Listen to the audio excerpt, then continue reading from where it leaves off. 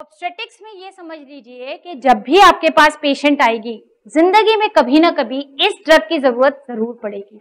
और मैं ये ड्रग पढ़ाने का एक और मकसद है कि मैं हर पेरिफेरी में बैठे हुए डॉक्टर जो प्रैक्टिस कर रहे हैं ऑब्स्टेट्रिक्स को, उन तक ये मैसेज पहुंचाना चाह रही हूँ कि भले ही आपको एक्लैम्शिया प्री एक्लैम्शिया मैनेज करना ना आता हो अपने सेंटर पे, लेकिन प्लीज इस ड्रग के बारे में बहुत अच्छे से आज समझ लीजिए और इसको यूज करिए in order to prevent eclamptic seizure. आप बहुत बहुत बहुत फायदा पहुंचाएंगे एक प्रेग्नेंट फीमेल को, क्योंकि आजकल जो इनफैक्ट ये वो ड्रग है जो NRHM ने, जो हमारा नेशनल हेल्थ मिशन है इंडिया का, उसने उसको एसेंशियल लिस्ट में डाला है मैग्नीशियम सल्फेट को, कि हर जो ईमॉक ट्रेनिंग होती है इमरजेंसी ऑब्स्टेट्रिक केयर, है ना, गवर्नमेंट ऑफ इंडिया एक ईमॉक ट्रेनिंग रन कर रही है, उस ड्रग की नंबर पहली ड्रग है मैग्नीशियम सल्फेट, जो हर ट्रेन्ड बर्थ अटेंडेंट को और हर रजिस्टर्ड मेडिकल प्रैक्टिशनर को पढ़ाई जा रही है, सिखाई जा रही है, जिससे कि इसका ज्यादा से ज्यादा यूज बढ़े in the peripheral centres to prevent and treat एक्लैम्शिया।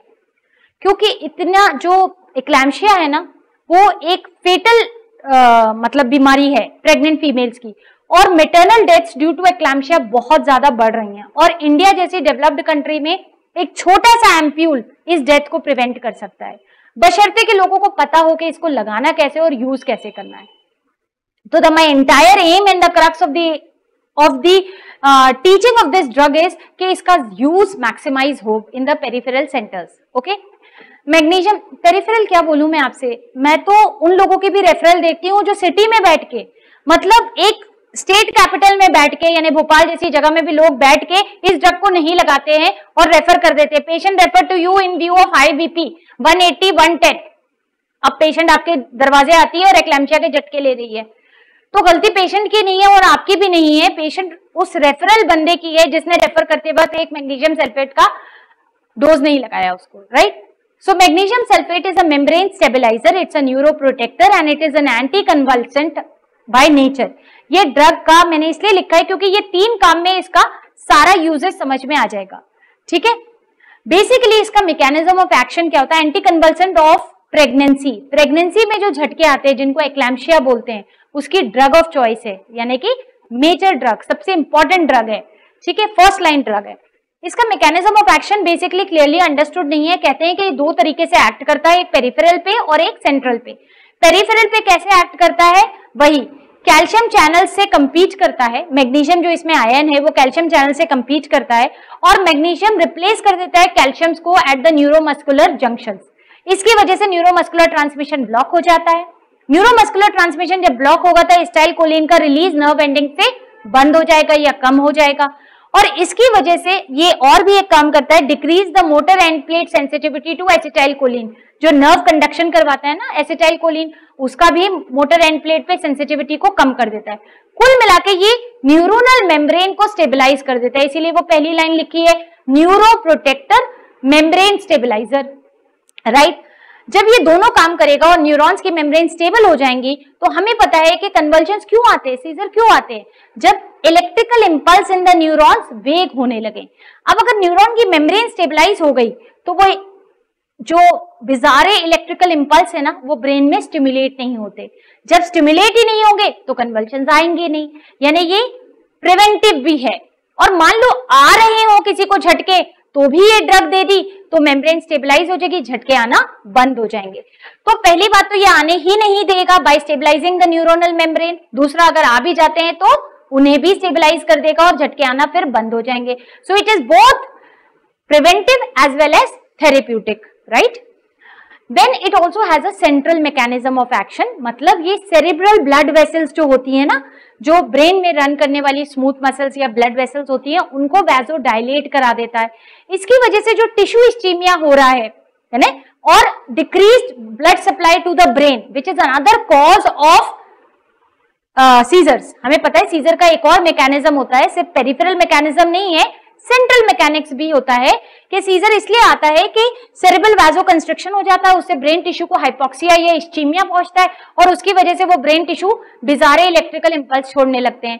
तो ये क्या करता है, मैग्नीशियम सल्फेट जाके वैसोडाइलेट करवा देता है ब्लड वेसल्स को। जब वैसोडाइलेट हो जाती हैं तो blood supply tissue, brain tissue को अच्छा मिलने लगता है, टिश्यू इस्चीमिया कम होने लगता है। टिश्यू इस्चीमिया कम होता है तो ब्रेन की जो हाइपर एक्टिविटी है या सीजर्स के सिग्नल हैं वो बंद हो जाते हैं। तो ये मोटे तौर पे समझ लें कि इस ड्रग का मैकेनिक्स क्या है, पेरीफेरी पे भी एक्ट कर रहा है और सेंट्रल भी एक्ट कर रहा है, राइट। अब आप कहोगे कि मैम इतना लंबा चौड़ा मैकेनिक्स आपने क्यों पढ़ाया, इसकी इतनी क्या जरूरत है, हमें क्या समझना है इतना। इसको इसलिए समझना है क्योंकि इसी से इसके यूजेस भी आपको समझ में आएंगे। एंटी कन्वर्सन में यूज नहीं है, ये न्यूरो प्रोटेक्टर भी है। मतलब हम प्री टर्म डिलीवरीज में बच्चे के ब्रेन को प्रोटेक्ट करने के लिए भी ये ड्रग देते हैं, राइट। और इसका एक और यूज है, क्योंकि ये वो करवा रहा है smooth muscle relaxation, calcium channel से कंपीट करके कैल्शियम से, तो ये स्मूथ मसल्स का रिलैक्सेशन करवाता है। तो इसको टोकोलाइसिस या यूट्राइन रिलैक्सेंट की तरह भी यूज करा जा सकता है।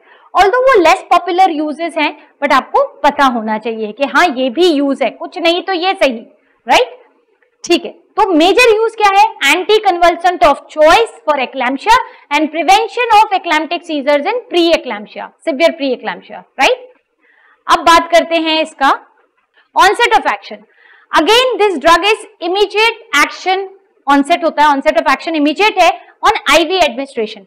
यानी जब इस ड्रग को आईवी, दो रूट से देते हैं इस ड्रग को, एक आईवी देते हैं एक आईएम देते हैं, हम आगे पढ़ेंगे कि कैसे देंगे, बट पहले ये समझ ले कि जो मैकेनिज्म ऑफ एक्शन है उसका ऑनसेट कुल मिला के 5 मिनट में हो जाता है जैसे हम आईवी रूट से देते हैं, और जब हम आईएम से देते हैं तो करीबन 10 से 15 मिनट में ऑनसेट ऑफ एक्शन हो जाता है, और एक्शन करीबन 30 मिनट्स तक लास्ट करता है इसका, यानी कि अच्छा खासा टाइम लास्ट करता है। तो 30 मिनट्स में तो दुनिया का कोई भी सीजर वेन ऑफ कर जाएगा, right. So and it is excreted only through kidneys, ये भी बहुत समझना इंपॉर्टेंट है, क्योंकि ये जो ड्रग है इसका बड़ा नैरो थेरेप्यूटिक इंडेक्स है। अभी मैंने आपको पहली जो ड्रग पढ़ाई उसका इतना वाइड सेफ्टी मार्जिन है ना, कितना, आप 1 यूनिट से स्टार्ट करके 40 यूनिट तक ऑक्सीटोसिन लगा रहे हो, कितना सेफ मार्जिन है, राइट। ये जो ड्रग है इसका नैरो थेरेप्यूटिक इंडेक्स है। नैरो थेरेप्यूटिक इंडेक्स का मतलब होता है वो ड्रग जो बहुत कम डोज में ही ऊपर नीचे कर देगी पेशेंट के वाइटल्स को या पेशेंट के कंडीशन को, यानी कि आपको ड्रग का डोज बहुत कैलकुलेट करके, बहुत मेजर करके लगाना होता है। You can not play safe with the variations in the drug, और इसीलिए इसके ड्रग रिजीम्स पॉपुलर हैं। शायद यही एक वजह है कि ज्यादातर क्लिनिकल प्रैक्टिशनर्स इसको यूज नहीं कर पाते। क्यों? क्योंकि वो समझ नहीं पाते भाई बनाना कैसे है, लगाना कैसे है, कुछ ऊपर नीचे हो गया, पेशेंट को कुछ हो गया, राइट। तो एक्चुअली जो आज मेरा कंटेक्स्ट है इस ड्रग को पढ़ाने का वो यही है कि आज समझ लो, उसके बाद हर भय हर डर से निकल जाओ और मैक्सेल्फ आराम से लगाओ, right. Serum therapeutic levels 4 to 7 milliequivalents होते हैं, ये रटने की जरूरत नहीं है, सिर्फ इतना समझ लें कि नैरो थेरेप्यूटिक इंडेक्स है, मतलब प्लाज्मा वैल्यू इसकी 4 से कम नहीं होगी तो इफेक्ट नहीं आएगा, और 7 से ऊपर नहीं जानी तो टॉक्सिसिटी हो जाएगी। कुल मिला के वो हम तब समझेंगे जब हम ये देखेंगे लगाना कैसे। ड्रग का कॉन्सेंट्रेशन 4 से कम नहीं चाहिए और 7 के ऊपर नहीं चाहिए, 7 के ऊपर टॉक्सिसिटी हो जाती है, क्योंकि किडनी से एक्सक्रीट होता है और कहीं नहीं एक्सक्रीट होता, यानी इकट्ठा हो जाएगा बॉडी के अंदर, राइट। आईवी एडमिनिस्ट्रेशन तो हो गए खटाक से, मैकेनिज्म ऑफ एक्शन 5 मिनट में इफेक्ट आता है और 30 मिनट्स में हर सीजर खत्म हो जाता है दुनिया का, राइट। अब बात करते हैं करना कैसे है, कहाँ यूज करना है इस ड्रग को।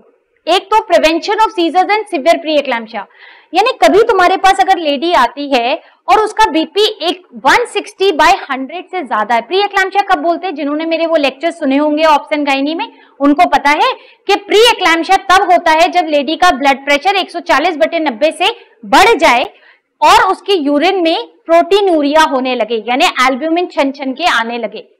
ये दोनों पैरामीटर्स अगर एक प्रेग्नेंट लेडी में 20 हफ्ते के बाद पाई जा रही हैं तो उस लेडी को बोलते हैं प्री एक्लैम्शिया से ग्रसित होना। अब सीवियर कब बोलते हैं, जब ब्लड प्रेशर 140/90 ना हो, 160/100 से ज्यादा मिले, मतलब 160/100 या उससे ज्यादा मिले तो सीवियर प्री एक्लैम्शिया हो जाता है। और जब सीवियर प्री एक्लैम्शिया के साथ प्रोटीनूरिया यानी पेशाब में एल्ब्यूमिन भी आने लगे, एल्ब्यूमिन भी आने लगे, तो ये पेशेंट को सीजर्स आने की संभावना, यानी जो प्रेग्नेंट सीजर्स होते हैं या एक्लैम्प्टिक सीजर्स होते हैं, उनके आने की संभावना बहुत बढ़ जाती है। मतलब अगर आपके पास ओपीडी में एक पेशेंट आती है, she is around 30-32 weeks pregnant, और आपको उसका बीपी 170-100 मिल रहा है, आप सबसे पहला चीज क्या करवाएंगे, उसका यूरिन टेस्ट करवाएंगे। यूरिन में आता है कि एल्ब्यूमिन प्रेजेंट, बस प्लस लिखा है 1+, मतलब अब ये पेशेंट सिवियर प्री एक्लैम्सिया हो गई है। और सिवियर प्री एक्लैम्सिया में अब आपका दायित्व बनता है कि अगर आपसे मैनेज नहीं होता है तो रेफर कर दे, बट रेफर करने से पहले प्लीज एक शॉट मैग्नीशियम सल्फेट का लगा के भेजें। हो सकता है कि पेशेंट सांवेर से, खंडवा से, रतलाम से, XYZ कहीं से भी आ रही है, उसको इतना समय लग जाए एक टर्शियरी केयर सेंटर पे पहुंचते पहुंचते या उस डॉक्टर के पास पहुंचते पहुंचते जहां मैग्नीशियम सल्फेट दिया जाएगा उसको, और वो रास्ते में ही एक्लैम्प्टिक सीजर थ्रो कर दे। और थ्रो करने के बाद हो सकता है मर भी जाए, हो सकता है बच्चा खत्म हो जाए, हो सकता है पेशेंट कोलैप्स कर जाए, हो सकता है सेरेब्रोवास्कुलर एक्सीडेंट हो जाए, 50 कॉम्प्लिकेशंस है। तो प्लीज बी एज मेडिकोज और as practitioners, it's our basic liability to at least prevent these seizures. मत करिए आप ट्रीट, आपसे एक्लैम्सिया नहीं हो रहा, आप भेज दीजिए, आप रेफर कर दीजिए, एक शॉट लगा दीजिए। बस सिर्फ इतनी ही इल्तिजा मेरी उन लोगों से जो डर रहे हैं इस ड्रग को यूज करने से। वैसे तो it is safe drug, but problem क्या होती है कि हाफ नॉलेज या लैक ऑफ नॉलेज से आप हर ड्रग से डरने लगते हैं, और खासतौर पे उन ड्रग से जिनका थेरेप्यूटिक इंडेक्स बहुत नैरो होता है। आप टॉक्सिसिटी पहले सोचते हैं, राइट, बट बेनिफिट्स कितने ज्यादा हैं आप ये सोचिए। टॉक्सिसिटी भी मैनेज हो जाती है, यकीन मानिए, लेकिन बेनिफिट्स इतने ज्यादा हैं कि जिनको हम इन्यूमिनेट नहीं कर सकते। मैं शायद स्लाइड शो में भी इन्यूमिनेट नहीं कर सकती। जब मैं एक एक्लैम्सिया का पेशेंट विदाउट मैग्नीशियम सल्फेट देखती हूँ ना, तो मेरा खून खोलने लगता है। सच बोल रही हूँ मैं आपसे कि मतलब ये हाइड्रोजेनिक है, ये मारा है उसको, right. Treatment of seizures, treatment of seizures in eclampsia, मतलब एक एक्लैम्प्टिक पेशेंट आती है और उसको झटके आ रहे हैं, तो कौन सी ड्रग लगाएंगे? अब अपन उसको वो नहीं लगाएंगे, फेनेटोइन। ज्यादातर ड्रग ऑफ चॉइस क्या होती है सीजर्स की? फेनेटोइन होती है, या फिर कार्बामेज़ेपिन होती है, या फिर डाइज़ेपाम होता है, जो भी होती है एंटी कन्वल्सेंट। प्रेगनेंसी की एंटी कन्वल्सेंट ऑफ चॉइस क्या है? Magnesium sulphate. पहली ड्रग जो लगाएंगे वो मैग्नीशियम सल्फेट है, हर पेशेंट को लगानी है, हर पेशेंट को, राइट, जिसको भी एक्लैम्प्टिक सीजर आ रहा है। दूसरा मैंने बताया ना, tocolysis in pre term labour. Pre term labour अगर पेशेंट को है और मान लीजिए आपकी पेशेंट अफोर्ड नहीं कर सकती है, वो इट्रोसिबान जो मैंने अभी लेक्चर में पहले पढ़ाया 6,500 का है, तो आप क्या करें, आप 2 ग्राम मैग्नीशियम सल्फेट उसे IM लगा दें, टोकोलाइसिस हो जाएगा, यूट्रस रिलैक्स हो जाएगा। न्यूरोप्रोटेक्टिव इन प्री टर्म डिलीवरी, मतलब बच्चे की अगर डिलीवरी इमिनेंट है 37 वीक्स ऑफ जेस्टेशन से कम में, तो ये न्यूरोप्रोटेक्टिव इफेक्ट भी करता है। यानी कि हम लोग जितनी भी प्रीटर्म डिलीवरीज हो रही हैं, हाइड्रोजेनिक भी हो सकती है ना, कोई पेशेंट सीवियर प्री एक्लैम्सिया की 32 वीक्स पे आपके पास आई है, अब डिलीवरी तो करानी ही है भाई, सीवियर प्री एक्लैम्सिया टर्मिनेट करना है, बट पेशेंट बेबी अभी टर्म नहीं हुआ है, 32 वीकर है, तो आप उसे neuroprotective dose of magnesium sulphate लगाकर उसका बहुत फायदा कर सकते हैं, राइट। बेबी NICU नहीं जाएगा आपका। उसके बाद आता है, ये वही यूजेस अलग अलग लिखे हैं कि बीपी लिया आपने, बीपी बढ़ा हुआ आ रहा है, यूरिन डिस्ट्रिक्ट लगाया, पॉजिटिव आ गया, क्या करना है? नहीं आ रहा मैनेजमेंट, रेफर करना है, कुछ भी करना है, प्लीज एक शॉट मैक्सेल्फ लगा दें, है ना, you will be helping the patient. फिर स्लोइंग और stopping of premature labour pains, फिर protecting the brains of pre term babies और प्रीमेच्योर बेबीज, ये 3 पिक्टोरिक है। अब समझते हैं काम की बात। ये बेसिकली इस लेक्चर का सबसे इंपॉर्टेंट हिस्सा है, जो है प्रिचार्ड और ज़ुस्मान रिजीम। इस रिजीम को आज समझ लेते हैं, और आज के बाद जितने लोग भी मैक्सेल्फ लगाते हैं या यूज करते हैं वो कतई ना डरें, और जो नहीं यूज करते वो यूज करने लग जाएं, राइट। तो इस चार्ट में मैं आपको सारा डर और भय हटाने वाली हूं, राइट। क्या करना है अपन को? जो एक वायल आता है वो 2 प्रकार का वायल होता है, मैंने बताया, एक IV भी लगाते हैं और IM भी लगाते हैं। तो जो 2 प्रकार के वायल हैं वो कैसे वायल होते हैं? वो वेट बाय वॉल्यूम के वायल्स होते हैं। कैसे होते हैं? वेट बाय वॉल्यूम के वायल्स होते हैं, W/V, उन पे लिखा होता है W/V, राइट। ये 20% वेट बाय वॉल्यूम भी आते हैं, ये 50% वेट बाय वॉल्यूम भी आते हैं। देखिए आपको यहाँ पे दिख रहा है पहले सांचे में 20% IV और 50% IV। तो 20% वेट बाय वॉल्यूम जो है वो IV 4 ग्राम देते हैं, ईच 4 ग्राम IV। कैसे बनाते हैं मैं ये बताती हूँ अभी आपको। और जो आप IM डोज है वो 50% वाला वेट बाय वॉल्यूम लगाते हैं, ठीक है। तो यानी ये 2 अलग अलग वायल आते हैं, एक 20% सोल्यूशन होता है, एक 50% सोल्यूशन होता है। 20% सोल्यूशन को IV लगाएंगे और 50% सोल्यूशन को IM लगाएंगे। ये बात क्लियर हो गई? मतलब कोई इसमें कंफ्यूजन नहीं है, हमेशा वाइल पे पूछे सिस्टर से, सिस्टर कितना % का सोल्यूशन है, वो कह रही है मैडम 20% है, तो कैसे देना है, IV देना है।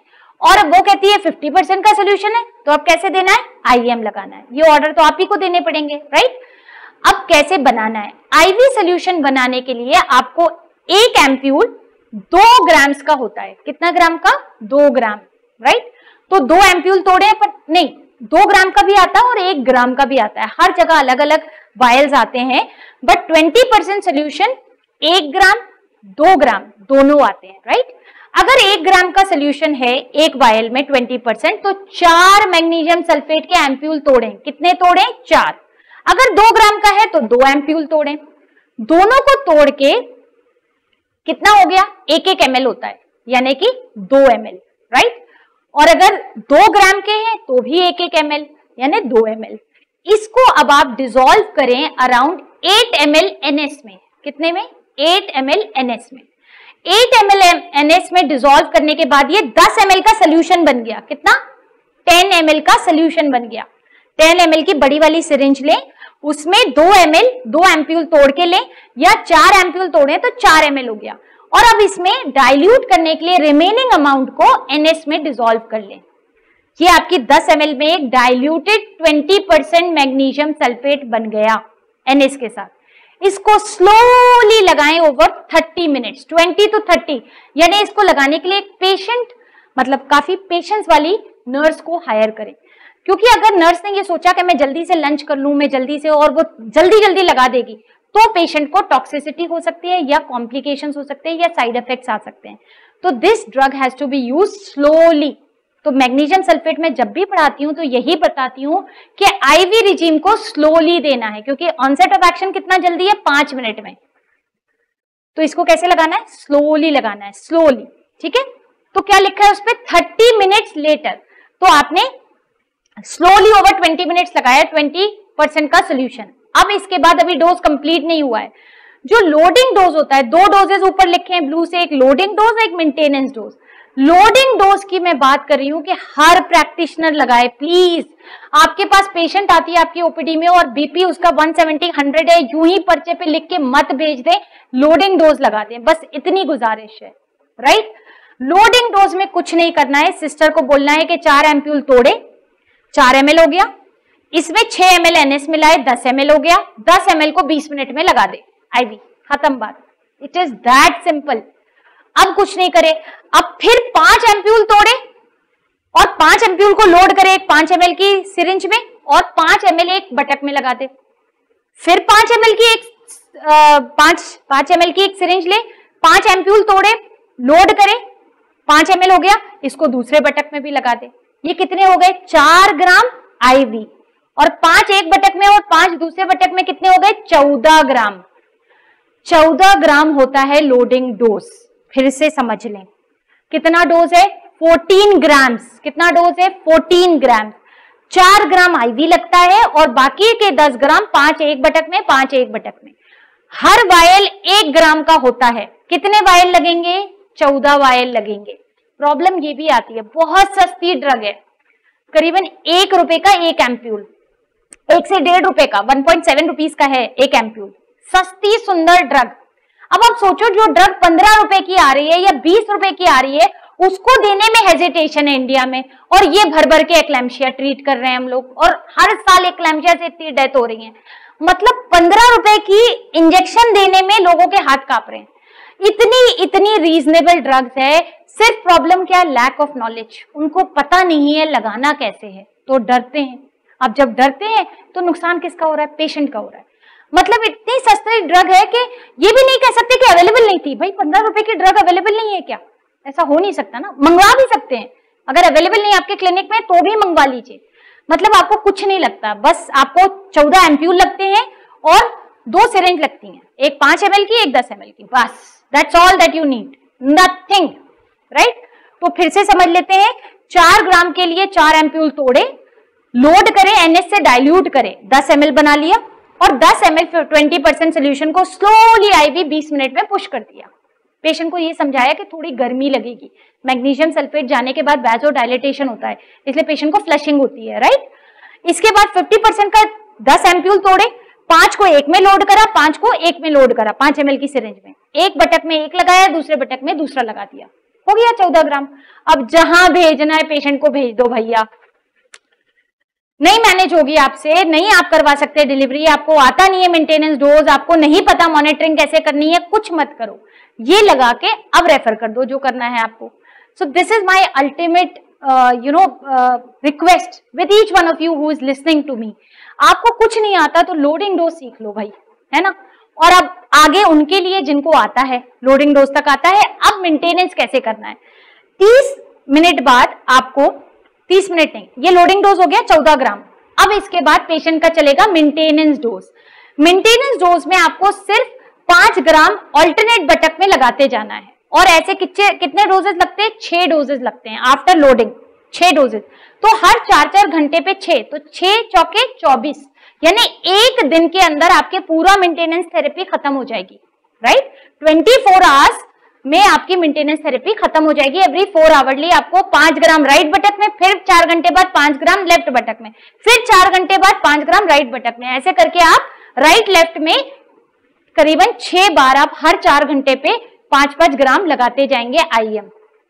अब आगे येलो में क्या लिखा है? 24 आवर्स फ्रॉम एक्लैम्पशिया और delivery whichever is later. जैसे मान लेते हैं एक पेशेंट मेरे पास आई, एक्लैम्प्टिक सीजर उसको आ गया था, मैंने लोडिंग दे दिया, अब मैंने उसकी डिलीवरी प्लान करी, नॉर्मल डिलीवरी करवा रही हूं मैं पेशेंट को, मैंने उसको 5 ग्राम एक बटक पे 2 मेंटेनेंस डोज लगा दिए थे, यानी कि 4 घंटे के अंदर 2 डोजेस। 2 डोजेस के बाद पेशेंट को एक फिट आ गया, फिर से एक फिट आ गया, हो सकता है ऐसा कि आ जाए फिर से फिट।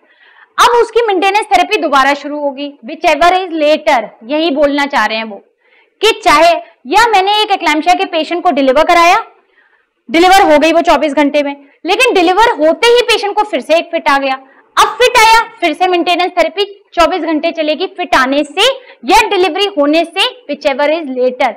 इसलिए वो बात लिखी गई है, यानी कि लोडिंग तो सबको लगाना है।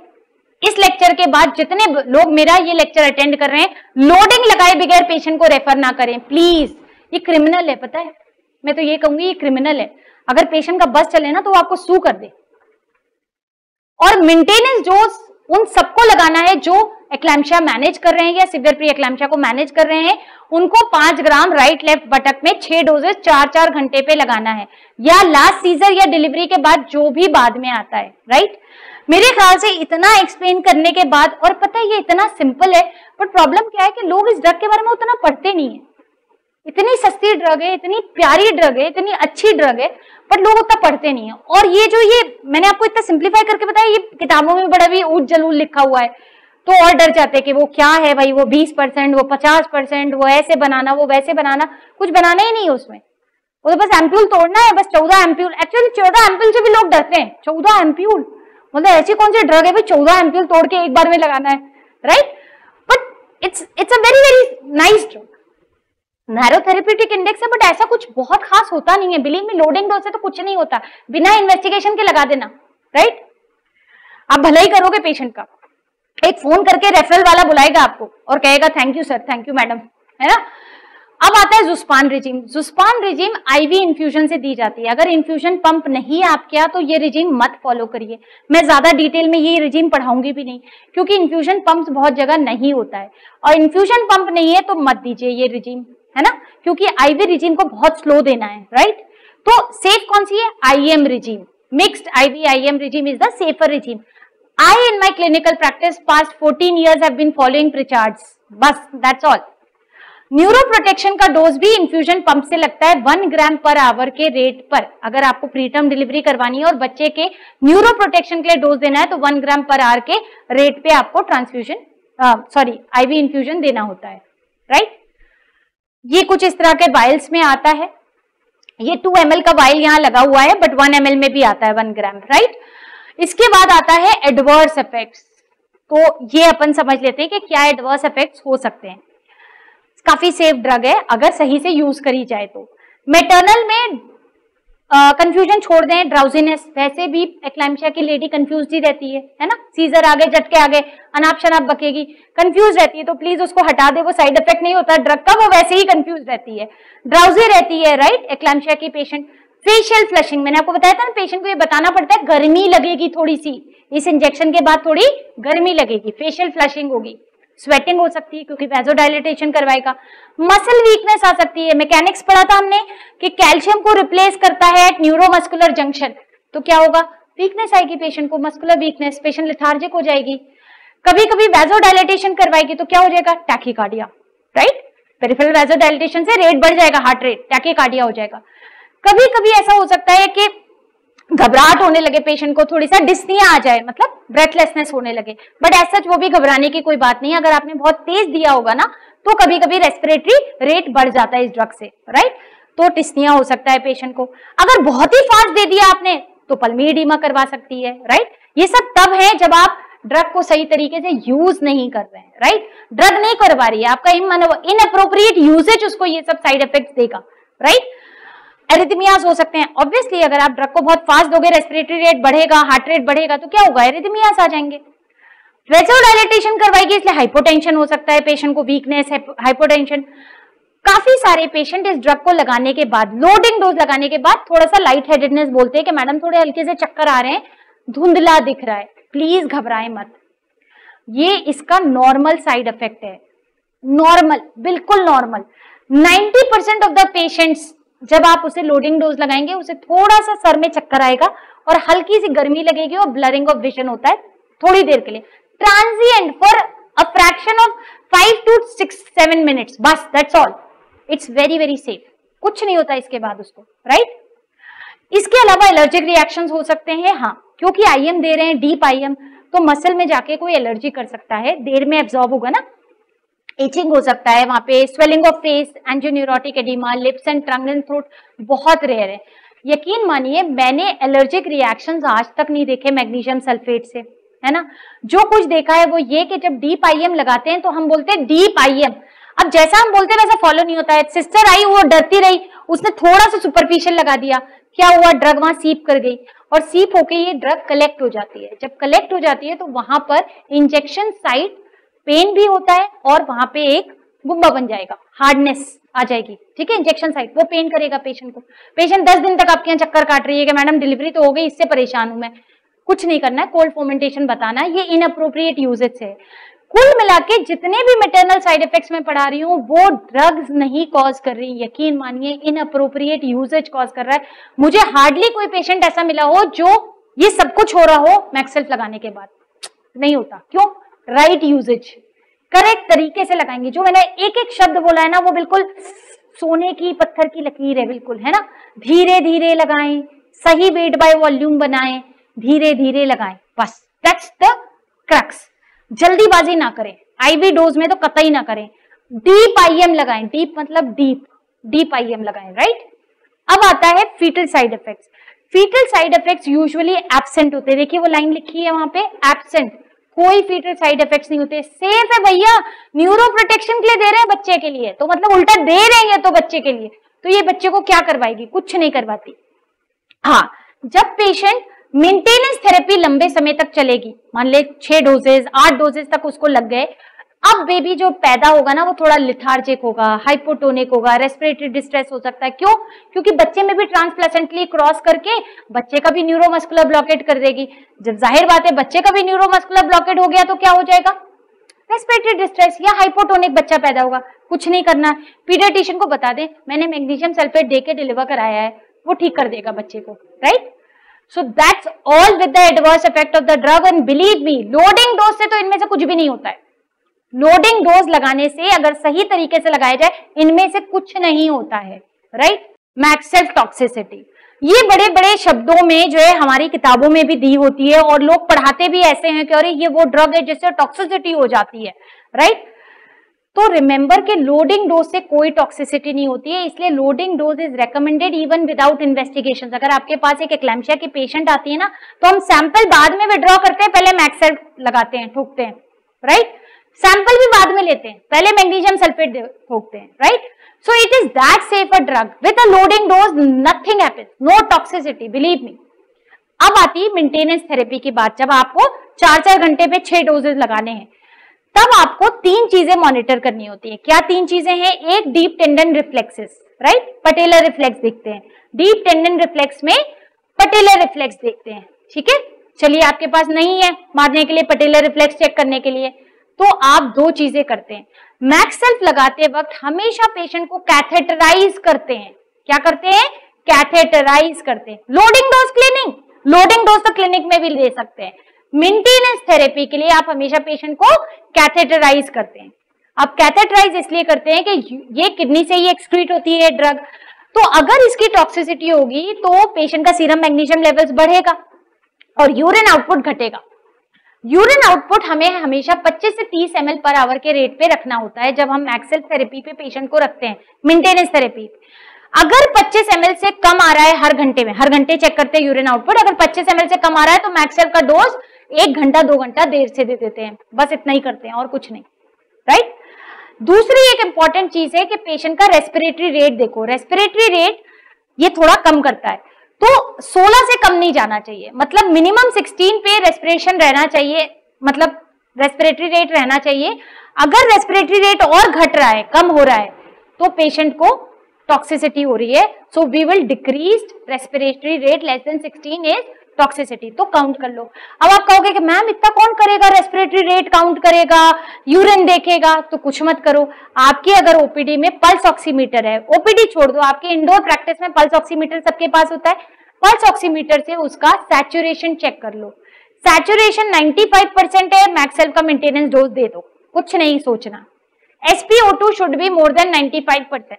अगर 93, 94 भी आ रहा है तो भी दे सकते हैं, 93 के नीचे है तो यानी कि कुछ गड़बड़ है, होल्ड कर लो मेंटेनेंस थेरेपी का नेक्स्ट डोज। कुल मिला के सिर्फ 2 काम करना होता है। अगर आप इंडोर प्रैक्टिस में मेंटेनेंस थेरेपी पे पेशेंट को डाल रहे हैं तो उसको कैथेटर डालिए, यूरिन आउटपुट मेजर करिए, 25 to 30 ml पर आवर होना चाहिए और SpO2 हमेशा 93% के ऊपर होना चाहिए। इन दोनों में से कोई भी चीज अगर गड़बड़ आ रही है, 25 ml से यूरिन आउटपुट कम आ रहा है या SpO2 93% से कम आ रहा है, होल्ड कर लें मैक्सेल्फ की थेरेपी को और एक डोज 2 घंटे बाद दे दीजिए, 3 घंटे बाद दे दीजिए, कोई फर्क नहीं होगा। And remember this toxicity point of view I am only elaborating in the context of maintenance therapy. Loading dose से कुछ नहीं होता, एक शॉट 14 ग्राम का लगाने से कोई टॉक्सिसिटी नहीं होती है, ओके। मैनेजमेंट क्या है, मतलब मान लेते हैं कभी आप कहोगे कि मैडम आपने पूरी ड्रग पढ़ा दी, मैंने तो बड़े अच्छे से इस्तेमाल करी, मेरे तो तीसरे पेशेंट में टॉक्सिसिटी हो गई, तो वी विल स्टडी के टॉक्सिसिटी मैनेज कैसे करते हैं। एक ड्रग आपके पास होनी चाहिए अगर आप मैक्सेल्फ दे रहे हैं, कैल्शियम ग्लूकोनेट, है ना, इतना बड़ा सा वायल आता है कैल्शियम ग्लूकोनेट का 10 ml का, 10 ml को 10% IV सोल्यूशन में स्लोली ओवर 10 मिनट्स देते हैं। This is rule of 10। क्या है ये? Rule of 10। ऐसे ही पढ़ाती हूं मैं और आसान बना देती हूं कि कैल्शियम ग्लूकोनेट का रूल ऑफ 10 क्या है?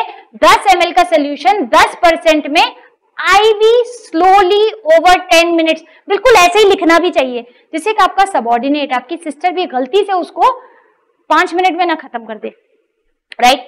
तो बिल्कुल रूल ऑफ 10 याद कर लेना है और कुछ नहीं करना है। अगर आपके पेशेंट मान लीजिए कभी मैक्सेल्फ लगाने के बाद और उसका रेस्पिरेटरी रेट एकदम से बहुत कम होने लगता है और पेशेंट एकदम डिस्नेक हो जाता है और आपको SpO2 ड्रॉप हो रहा है और आपको लग रहा है कि अरे टॉक्सिसिटी होगी, तो मैग्नीशियम सल्फेट 1 एम्प्यूल तोड़ें, 10 ml लें, 10 ml का 10% सोल्यूशन बनाएं, वो आपको पता है NS में बनेगा, और उसके बाद उसको स्लोली 10 मिनट्स के ऊपर पुश कर दे, पेशेंट ठीक हो जाएगी, स्टेबलाइज हो जाएगी, कुछ नहीं होगा उसको, right. So this is that simple. अब जब आपको लग रहा होगा कि शायद मैम सिंपल करके पढ़ा रही हैं, लेकिन सच्चाई ये है कि सिंपल करके पढ़ा नहीं रही है, वो इतना ही सिंपल है। मुसीबत ये होती है कि क्लिनिकल प्रैक्टिस में आसान चीजों को प्रमोट नहीं करा जाता है, उनको डरा के रखा जाता है, जिससे कि क्या हो कि कुछ चीजें बड़े डॉक्टर्स के लिए भी तो हो ना, मतलब आप मैजिक कैसे क्रिएट करोगी? आपने क्लैम्शिया ट्रीट कर लिया तो मेरा तो काम ही खत्म हो गया। तो क्या होता है कि बहुत सारी चीजें कॉम्प्लेक्स करके दिखाई इसलिए जाती हैं कि उनका जो यूज है ना वो बड़े डॉक्टर्स तक लिमिटेड हो जाए और बेचारा छोटा डॉक्टर छोटा ही रह जाए। तो आज के बाद, इस लेक्चर के बाद, मैं चाहूंगी हर वो बच्चा, हर वो शख्स जो इस लेक्चर को सुन रहा है वो इस ड्रग को यूज करे और बड़ा डॉक्टर बने, राइट। क्योंकि टर्शियरी केयर सेंटर में होना कुछ नहीं है, वो मैक्सेल्फ ही लगा के ट्रीट कर देगा और आपका पेशेंट वैसे ही ठीक हो जाना है, right. So please don't be afraid of magnesium sulphate. Loading dose सबको लगाना है, मेंटेनेंस थेरेपी उनको लगाना है जिनके पास कैथेटर फैसिलिटी और SpO2 फैसिलिटी है, दोनों को मॉनिटर कर ले, मेंटेनेंस थेरेपी आराम से दे दे 4-4 घंटे में, राइट। अब बात करते हैं कॉन्ट्राइंडिकेशन। तो मैंने बोला ना कि किसी भी ड्रग्स को पढ़ने के पहले ये देख लो कि किसमें नहीं देना है। एक बात बताओ, ये मैंने ऐसे ही फ्रेम करने के लिए लिखा है, एक्चुअली मैग्नीशियम सल्फेट की कोई कॉन्ट्राइंडिकेशन है ही नहीं, आपको सबको देना है।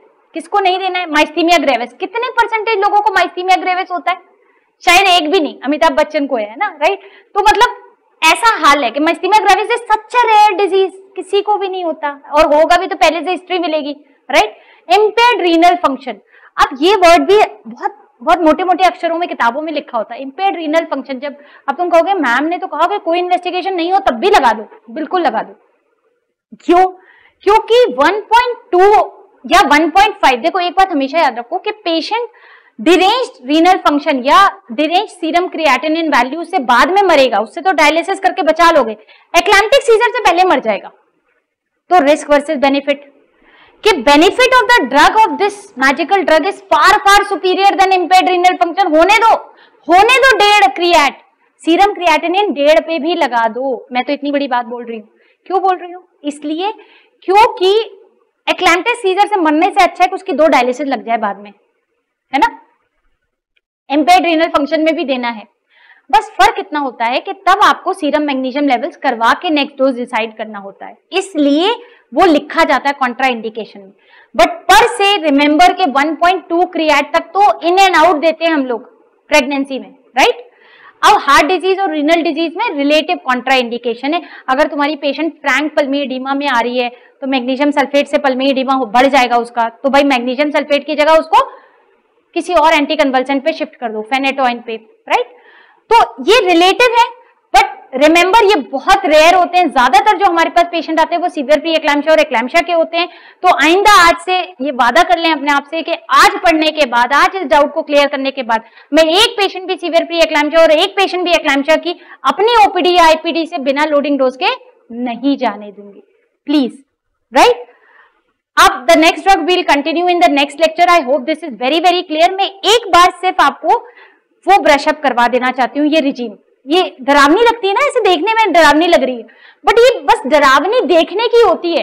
यकीन माने क्या करना है हमको, अगर मैं आपकी ओपीडी या आईपीडी में एक पेशेंट आती है जिसको सीवियर प्री एक्लैम्शिया है, वही जो क्राइटेरिया मैंने बताया, बीपी 160/100 मिल रहा है और यूरिन में एल्ब्यूमिन आ रहा है, कुछ नहीं करना है, सिस्टर को बोलना है 14 एम्प्यूल मैग्नीशियम सल्फेट ले आओ। सिस्टर पूछेगी मैडम कौन सा वाला, 20% के 50%, तो आप बोलो 4 एम्प्यूल 20% के और 10 एम्प्यूल 50% वाले। बहुत बढ़िया, ले आई सिस्टर। अब कह दो 2 सिरिंज ले आओ, कितनी वाली, एक 20 ml की सिरिंज और दूसरी आपकी 5 ml की सिरिंज। जो 20 ml वाली सिरिंज है उसमें 4 एम्प्यूल तोड़े 20% के और लोड कर लिए। इसको डाइल्यूट किससे करना है, बचे हुए जितना आपका बचा हुआ है ना, 16 बचा, तो 16 में आपने NS को डाइल्यूट कर लिया, एक डाइल्यूटेड सोल्यूशन बन गया। अब एक सिस्टर को, पेशेंट वाली जो सिस्टर हो, जो हबड़ तबड़ नहीं करती हो, दिन भर मोबाइल नहीं देखती हो, राइट, उसको बुलाया और उससे कहा कि 20 मिनट में इसको देना है आईवी कैनुला से। 20 मिनट में वो धीरे धीरे धीरे धीरे पुश करती रहेगी। पुश कर लिया उसने।